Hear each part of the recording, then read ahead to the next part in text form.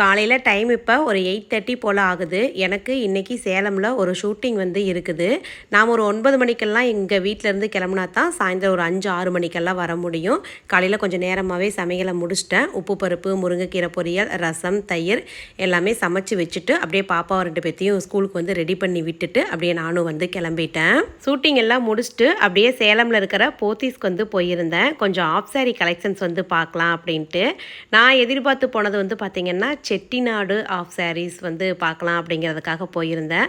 ஆனால் தீபாவளிக்கு இனிமேல் தான் புது கலெக்ஷன்ஸ் வந்து வரும். இப்போதைக்கு இவ்வளோ தான் இருக்குதுன்னு சொன்னாங்க.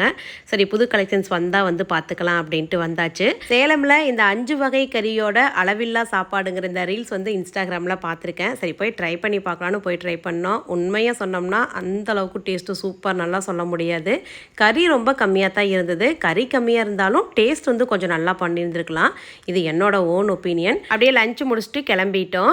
ஈரோட்டுக்கு வர்ற வழியில் எந்த இடம்னு எனக்கு தெரியல. அந்த ஏரியா ஃபுல்லாகவே வந்து பார்த்திங்கன்னா ரோட்டில் தட்டு வடை, முறுக்கு, அதிரசம் இதெல்லாம் வீட்டில் ஓனாகவே செஞ்சு விற்றுக்கிட்டு இருந்தாங்க. நிறைய கடைகள் இருந்தது. அப்படியே அது எல்லாம் சேர்ந்து ஒரு பேக்கும் வாங்கிட்டு வந்தேன். வீட்டுக்கு வந்து பார்த்தா நான் வச்ச பாத்திரங்கள் அதே இடத்துல இருக்குது. அந்த சாப்பாடு செஞ்ச குக்கரை கூட அடுப்பில் இருந்து கீழே எடுத்து வச்சு சாப்பிடலைங்க. அடேங்க அப்பா. கிச்சனை க்ளீன் பண்ணுறதுக்கு மட்டுமே 1 மணி நேரம் ஆயிடுச்சு. அதுக்கப்புறம் தான் நைட் சமையலே செஞ்சேன்.